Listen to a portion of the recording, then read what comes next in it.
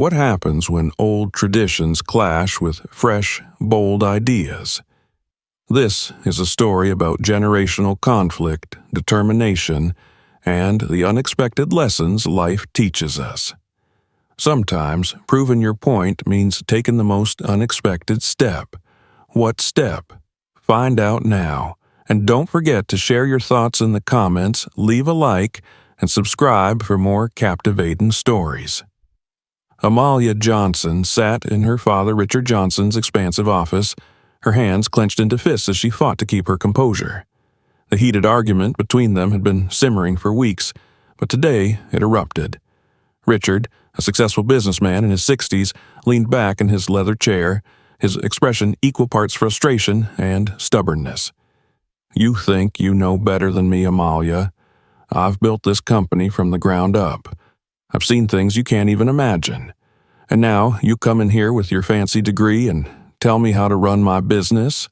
he said, his voice rising with every word.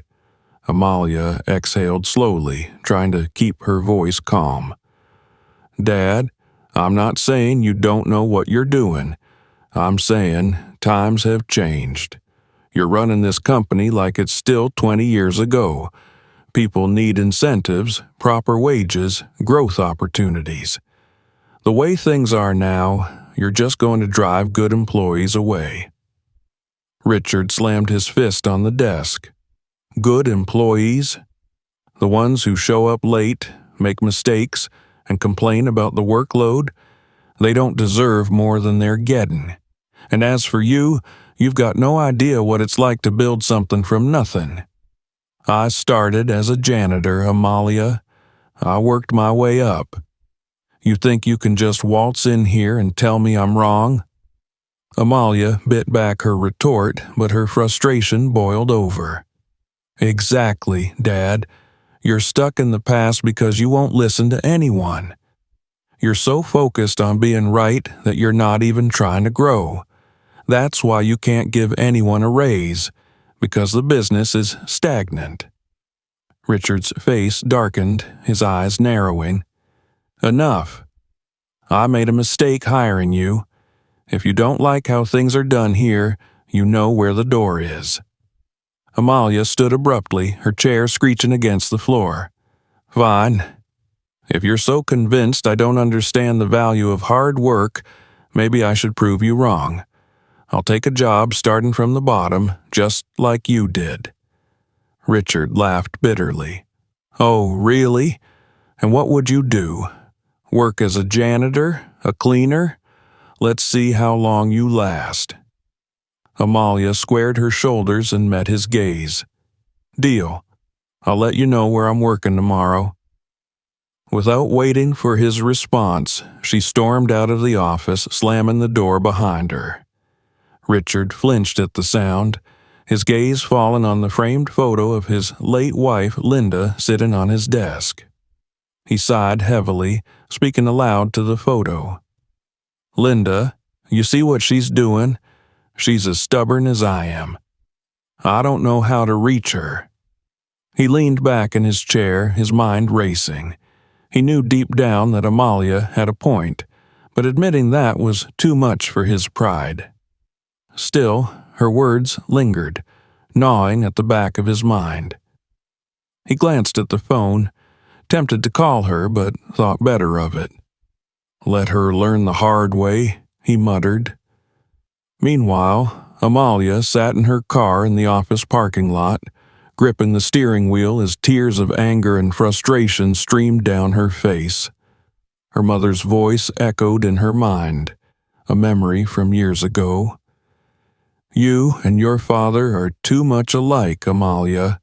Two stubborn mules butting heads. One of you has to give in eventually." She wiped her face and started the engine, determined to prove her father wrong. As she drove through the city, her thoughts churned. Passing a small office building, she spotted a sign taped to the door. "Temporary cleaning staff needed." She pulled over, parked, and stared at the sign for a moment. A wry smile tugged at her lips. "Well, Dad, I guess this is as low as it gets." The next morning, Amalia stood in front of the receptionist at the office building. The older woman behind the desk eyed her warily. "You're here for the cleaning position?" Amalia nodded. "Yes, I'm looking for something temporary. I study in the evenings and need a job during the day." The receptionist's expression softened slightly. "I see. Trying to make ends meet while you study, huh? Admirable." She handed Amalia a clipboard with a short application form. "Fill this out, and I'll show you the ropes." Within 10 minutes, Amalia had the job. Her tasks were straightforward: mopping floors, dusting desks, taking out the trash. The receptionist, Clara, walked her through the schedule and warned her, "The boss, Mr. Harris, likes things spotless. Make sure his office is cleaned before he gets in at 9. He doesn't like distractions." Amalia nodded, taking mental notes. "Got it." That evening, Amalia returned home to find her father waiting in the kitchen. He looked up from his coffee, his expression unreadable. "Where were you?" "I got a job," she replied simply, heading to the fridge. Richard frowned. "Doing what?" "Cleaning offices," she said, turning to face him, "just like you wanted." His jaw tightened, but he didn't respond. Instead, he shook his head and walked out of the room, leaving Amalia alone with her thoughts. The first week passed in a blur. Amalia kept her head down, focused on her work, and avoided engaging with the office staff more than necessary, but the subtle stares and whispered comments didn't escape her notice. One afternoon, as she mopped the floor outside the break room, she overheard 2 employees talking. "Did you see the new cleaner? She's different," one said, lowering his voice. "Yeah, I noticed. What's her deal? She doesn't look like she belongs here," the other replied. Amalia clenched the mop handle, biting back a sharp retort. Instead, she finished her task and moved on, vowing to prove that she belonged anywhere she chose to be. By the end of the week, Amalia had settled into her routine. She avoided most of the office staff, focused on doing her job, and tried not to dwell on the judgmental glances. But deep down, she knew her journey had only just begun. Amalia arrived at the office building early on Monday morning, wearing the simple uniform she'd been given, a plain polo shirt and black slacks. She carried a small bag with her cleaning supplies, determined to approach the job with the same dedication she brought to anything else. As she walked through the lobby, she caught a few glances from employees who were arriving for work. Some nodded politely, while others looked through her as if she didn't exist. She wasn't surprised by their reactions. She'd been prepared for this. Clara, the receptionist who had hired her, greeted her with a smile that hinted at pity. "Morning, Amalia. You'll want to start with Mr. Harris's office. He likes everything spotless before he gets in." Amalia nodded and headed upstairs. The office was quiet, with most of the staff yet to arrive. Amalia found Michael Harris's office easily. It was the largest on the floor, with a glass wall that offered a view of the city skyline. She unlocked the door with the key she'd been given and stepped inside, taking in the sleek modern furniture and neatly stacked files. The only sign of disarray was a coffee stain on the corner of the desk, which she cleaned quickly. As she worked, she couldn't help but notice a framed photo of Michael with an older man, presumably his father. She smirked at the thought of how much he and her own father would have in common, both stubborn, successful men who probably thought they knew everything. By the time the office began to fill with employees, Amalia had finished her tasks and was wiping her hands on a rag when she heard someone clear their throat behind her. She turned to find Michael Harris standing in the doorway, a look of mild surprise on his face. "You must be the new cleaner," he said, his tone somewhere between dismissive and curious. Amalia nodded. "That's right. I'm Amalia." Michael's gaze lingered on her for a moment longer than necessary before he shrugged and walked to his desk. "Well, just make sure you're done before 9. I don't like distractions." Amalia bit back a retort and nodded. Understood. She gathered her supplies and left, aware of his eyes on her as she walked out. The rest of the day passed uneventfully, though Amalia couldn't shake the feeling that she was being watched.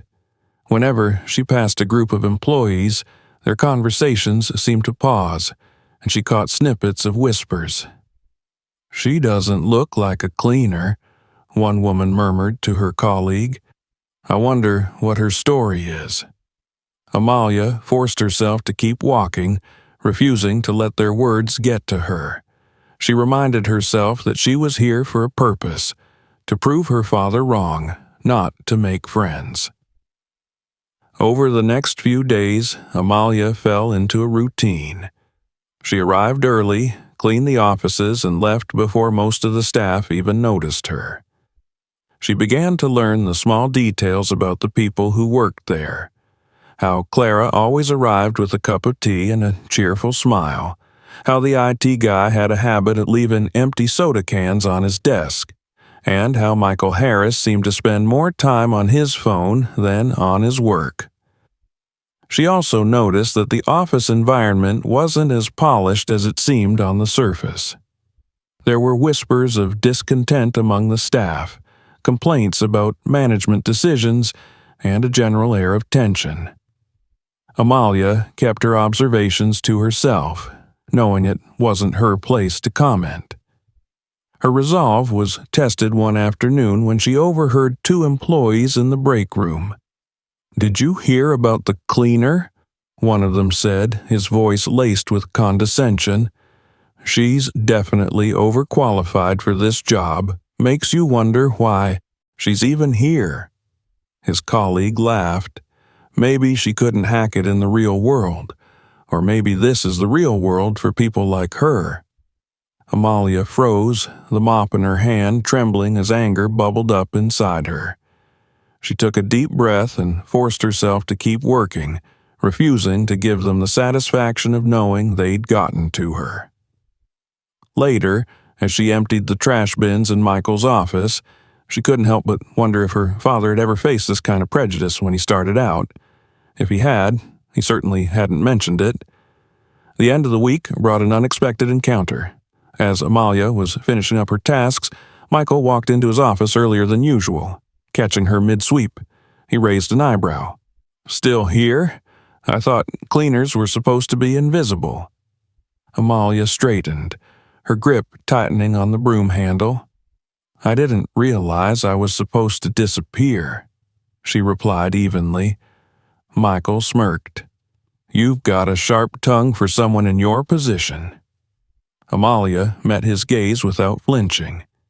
"And you've got a sharp attitude for someone in yours." For a moment, they stared at each other, the tension in the room palpable. Then Michael laughed, a short, surprised sound. "Fair enough," he said, sitting down at his desk. "Carry on." As Amalia left the office, she couldn't help but feel a flicker of satisfaction. She didn't know what Michael thought of her, but she wasn't going to let him, or anyone else, treat her as less than she was. The week had been difficult, but she was determined to see it through. She had a point to prove, not just to her father, but to herself. Amalia's second week on the job started like any other. She arrived early, cleaned the offices, and avoided unnecessary interactions. The judgmental stares and whispers continued, but she focused on her work, using it as a distraction from the nagging thoughts about her father. Despite everything, she found herself growing curious about the dynamics within the office. The employees seemed discontented, and although the workplace maintained a facade of professionalism, it was clear there were deeper issues beneath the surface. She overheard complaints about upper management's lack of direction and how decisions were often made without consulting the team.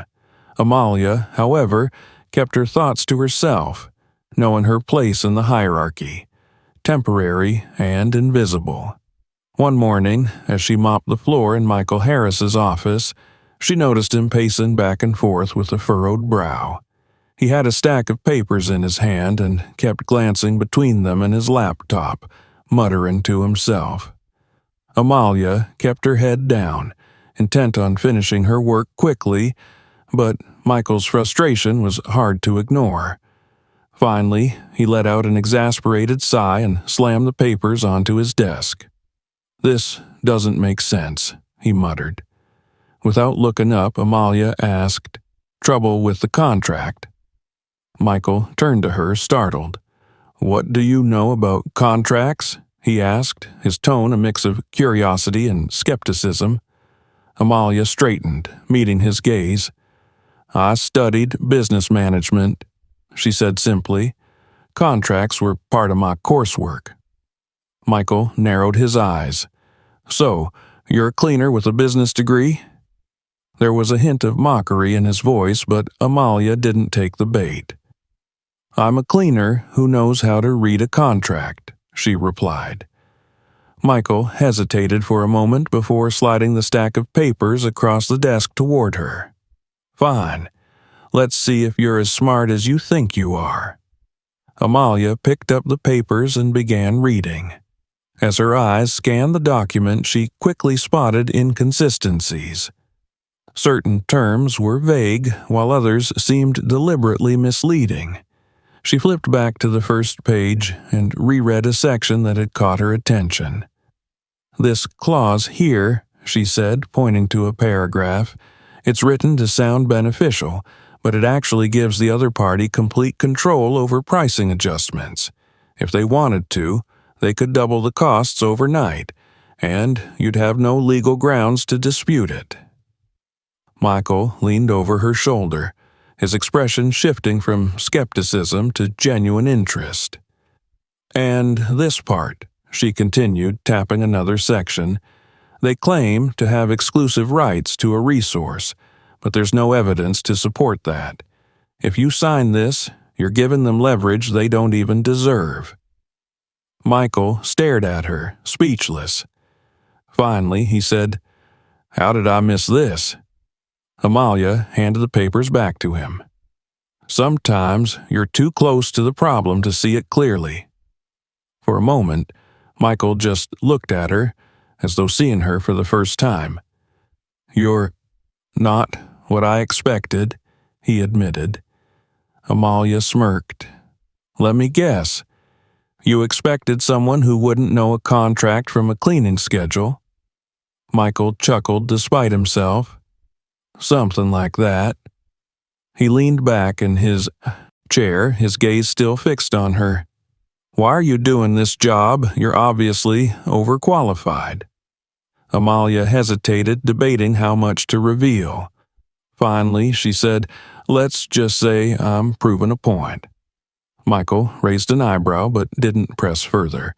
Instead, he said, "Well, you just saved me a lot of trouble." "Thanks." Amalia nodded and returned to her work, though she couldn't help but feel a small sense of satisfaction. The incident didn't go unnoticed. Later that day, Clara approached her in the break room. "I heard you helped Mr. Harris with the contract," she said, her tone laced with curiosity. "Word travels fast around here." Amalia shrugged. "It was just an observation." Clara gave her a knowing look. "It's more than that. Not everyone would have the courage to speak up." "You've got something special, Amalia. Don't let anyone make you forget that." Amalia smiled, appreciating the encouragement. As the week went on, Michael began to treat her differently. He wasn't exactly warm, but there was a noticeable shift in his attitude. He started acknowledging her presence, even engaging her in brief conversations. One afternoon, as she was dusting the shelves in his office, he asked, "Have you ever thought about working in management?" Amalia paused, considering her answer. "I have," she admitted, "but not like this." Michael tilted his head. What do you mean? Amalia hesitated, then said, I want to work somewhere where people are valued for their contributions, not judged by their titles. Michael frowned, as though her words struck a chord, but he didn't respond. Despite the progress, not everyone in the office was pleased with the attention Amalia was receiving. A few employees began gossiping about her, questioning her motives. She's just trying to climb the ladder, one person said. Probably thinks she can charm her way to the top. Amalia overheard the comments but chose to ignore them. She reminded herself that she wasn't here to win anyone's approval. Her goal was to prove her father wrong and show him, and herself, that she could succeed on her own terms. By the end of the week, Amalia had gained a newfound sense of confidence. She had proven her capabilities to Michael and earned the respect of a few others in the office, but she knew her journey was far from over.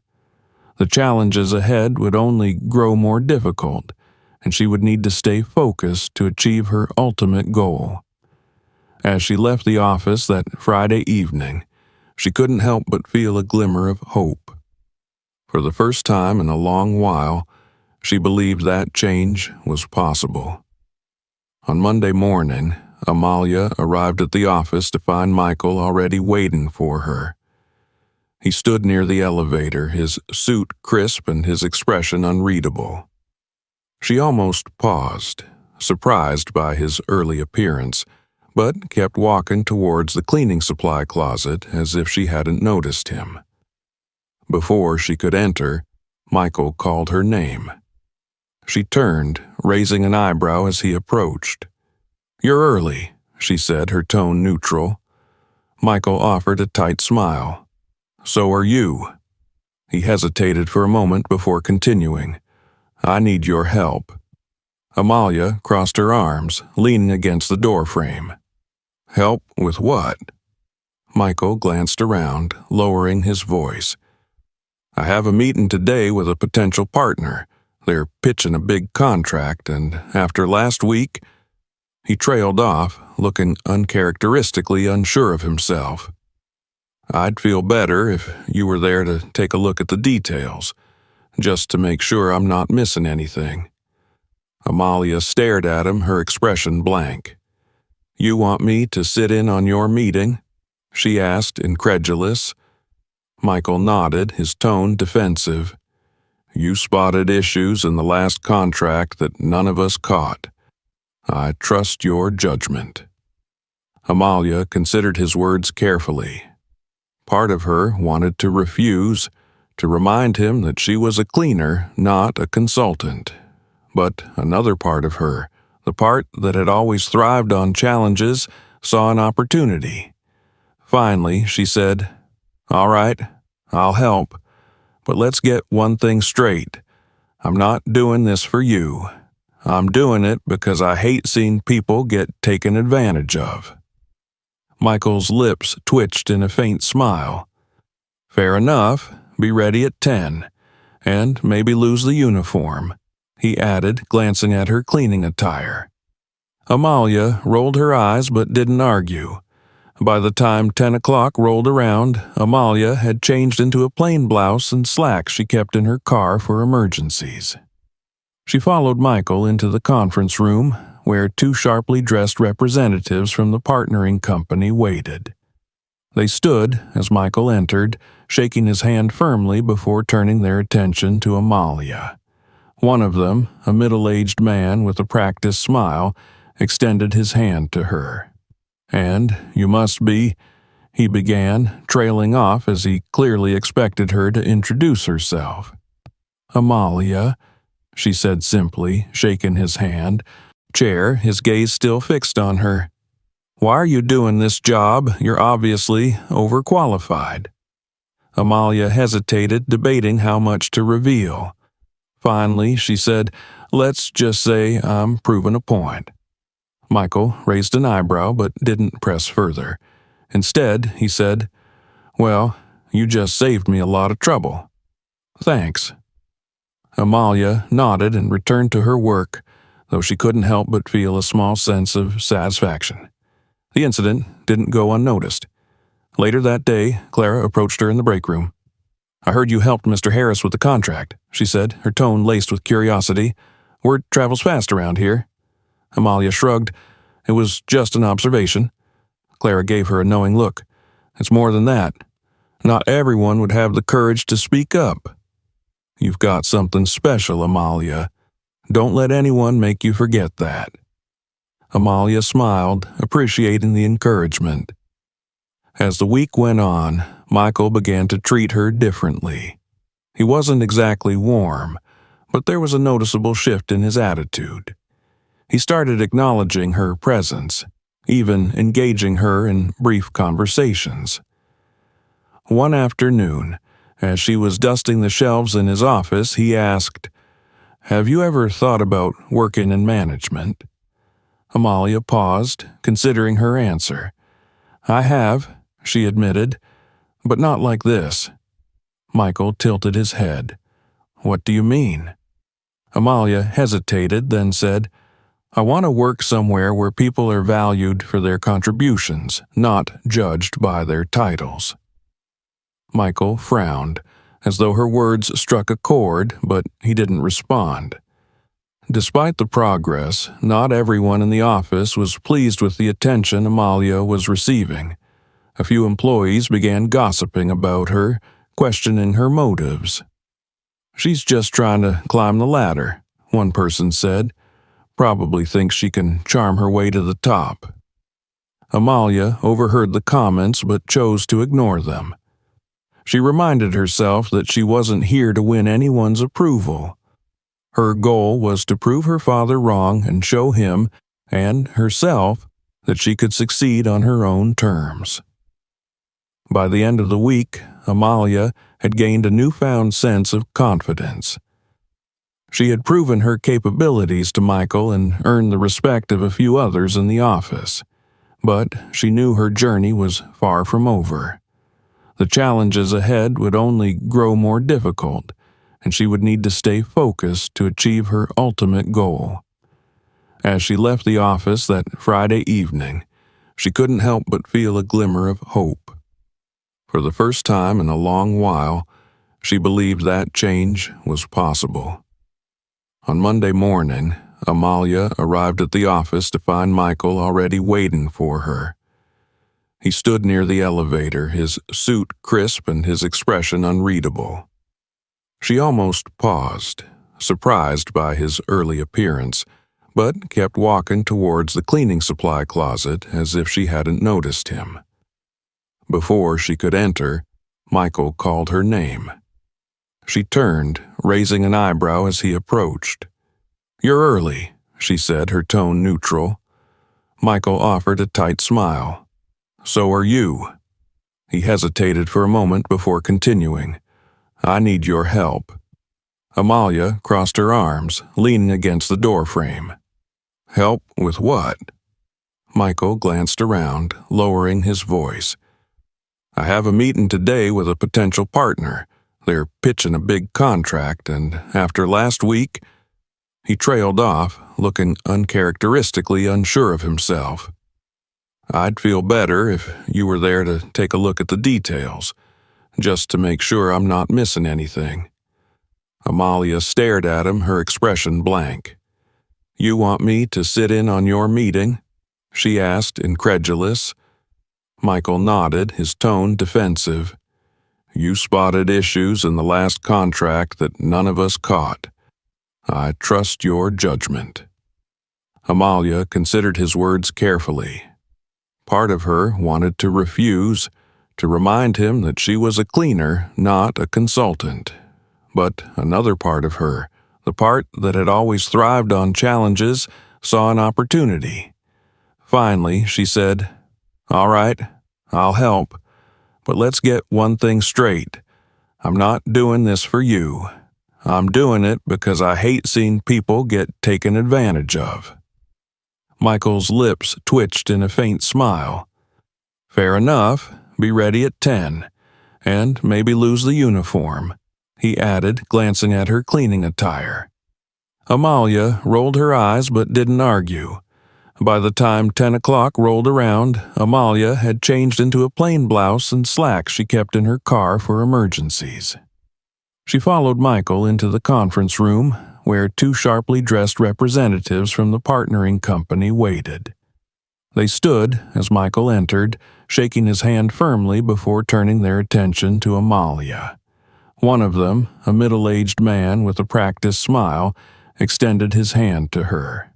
"And you must be," he began, trailing off as he clearly expected her to introduce herself. "Amalia," she said simply, shaking his hand, without elaborating. The man hesitated, clearly unsure of her role, but quickly recovered and gestured for everyone to sit.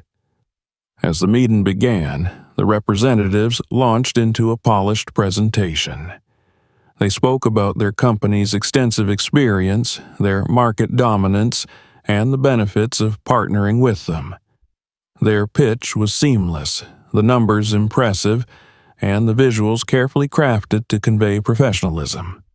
Michael nodded along, occasionally asking questions, while Amalia sat quietly, her sharp eyes scanning the printed documents they had handed out. She flipped through the pages methodically, making mental notes of anything that stood out. Something about the presentation felt too smooth, too rehearsed, and she couldn't shake the feeling that they were hiding something. Midway through the meeting, Michael glanced at her. "Amalia, do you have any questions?" he asked, his tone casual but his eyes serious.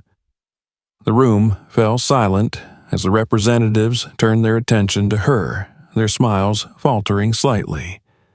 Amalia set the papers down and leaned forward. "Actually, I do," she said. "You mentioned earlier that you've been the exclusive provider for this particular service for over a decade. But on page 6 of your proposal, you reference a recent merger with another company that supposedly expanded your capabilities. Can you clarify how that aligns with your claims of exclusivity?" The representatives exchanged a quick look, their polished facades cracking just slightly. "Well," the man began, his smile now noticeably strained. "The merger was more of a strategic partnership. It doesn't affect our ability to provide exclusive services." "Except that it does," Amalia interrupted, her tone calm but firm. "According to the documents you provided, your so-called exclusivity ended with the merger. You're now competing with your own partner for the same resources. That means the pricing structure you've outlined here isn't sustainable, and the guarantees you're offering are based on false premises." The silence in the room was deafening. Michael stared at her, his expression a mix of shock and admiration, while the representatives fumbled for a response. "That must be a clerical error," one of them finally said, laughing nervously. "We'll need to review the documents again." "It's not an error," Amalia said, cutting him off. "It's a deliberate omission. And frankly, it raises questions about the integrity of this entire proposal." She pushed the papers back across the table and leaned back in her chair. "If I were you, I'd rethink this partnership." Michael cleared his throat, regaining his composure. "Thank you for bringing that to our attention, Amalia," he said, his voice steady. He turned to the representatives, his demeanor now much colder. "I think we're done here." The men protested, insisting they could address the concerns, but Michael stood, signaling the end of the meeting. Reluctantly, the representatives gathered their materials and left, their frustration barely concealed. As soon as they were gone, Michael turned to Amalia. "That was incredible," he said, his voice filled with genuine admiration. "You just saved us from signing a terrible deal." Amalia shrugged, trying to downplay her contribution. "It's just common sense. Always read the fine print." Michael shook his head. "No, it's more than that. You're brilliant, Amalia. I owe you one." For the first time, his words sounded sincere, without a hint of condescension. Later that day, as Amalia prepared to leave, Michael found her in the break room. "Let me take you out for coffee," he said, his tone almost hesitant. "As a thank you." Amalia raised an eyebrow, surprised by his sudden change in demeanor. After a moment of consideration, she nodded. "All right, but just coffee," she said firmly. Michael grinned, a boyish expression that made him seem younger and less intimidating. "Just coffee," he agreed. As they walked out of the building together, Amalia couldn't help but feel a small sense of triumph. She had proven herself in a way that no one could deny, and while she wasn't sure what the future held, she knew she was one step closer to achieving her goal. Amalia stood in front of the mirror, smoothing out the delicate folds of her wedding dress. The soft white fabric gleamed under the warm light, and her reflection stared back at her with a mixture of nervous excitement and pride.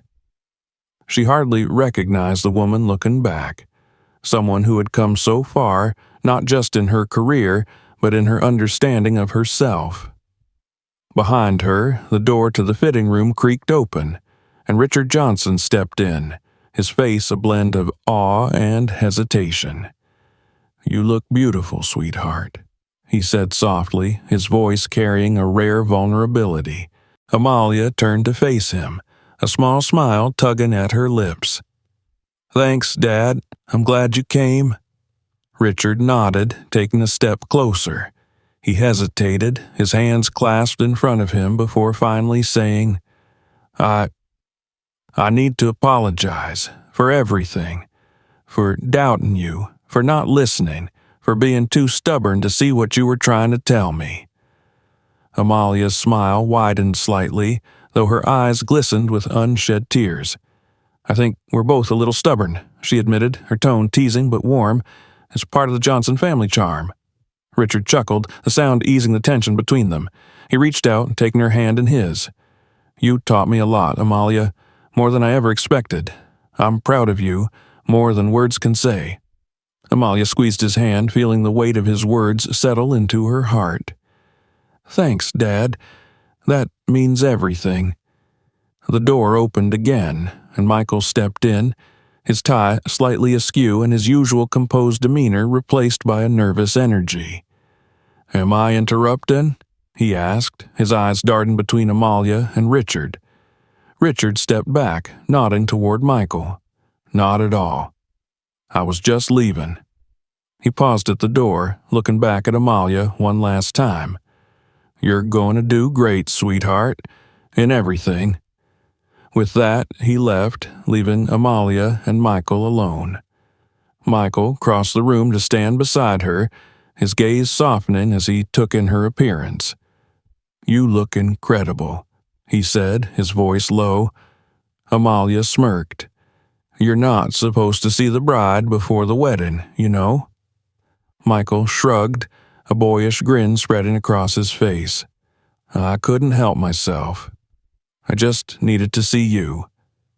Amalia rolled her eyes, but the warmth in her expression betrayed her amusement. "Well, you've seen me. Now go. I'll meet you at the altar." Later, as Amalia walked down the aisle, she couldn't help but reflect on how far she had come. The path had been anything but easy, filled with challenges, prejudice, and moments of self-doubt. But she had persevered, proven to herself and to those around her that she was capable of greatness. She glanced at her father, who sat in the front row with a proud smile, and then at Michael, who stood at the altar waiting for her with unwavering confidence in his eyes. After the ceremony, the reception buzzed with laughter and conversation. Amalia and Michael took a moment to step outside, escaping the crowd to enjoy the quiet of the evening. Michael took her hand, his thumb brushing over her knuckles. "Do you realize how amazing you are?" he asked, his tone serious. Amalia tilted her head, a playful smile on her lips. I might have an idea, but feel free to remind me." Michael laughed, pulling her closer. "You've changed my life, Amalia. You've changed the way I see the world, and I'm grateful for that." Amalia leaned into him, her smile softening. "You've changed mine too. But this is just the beginning.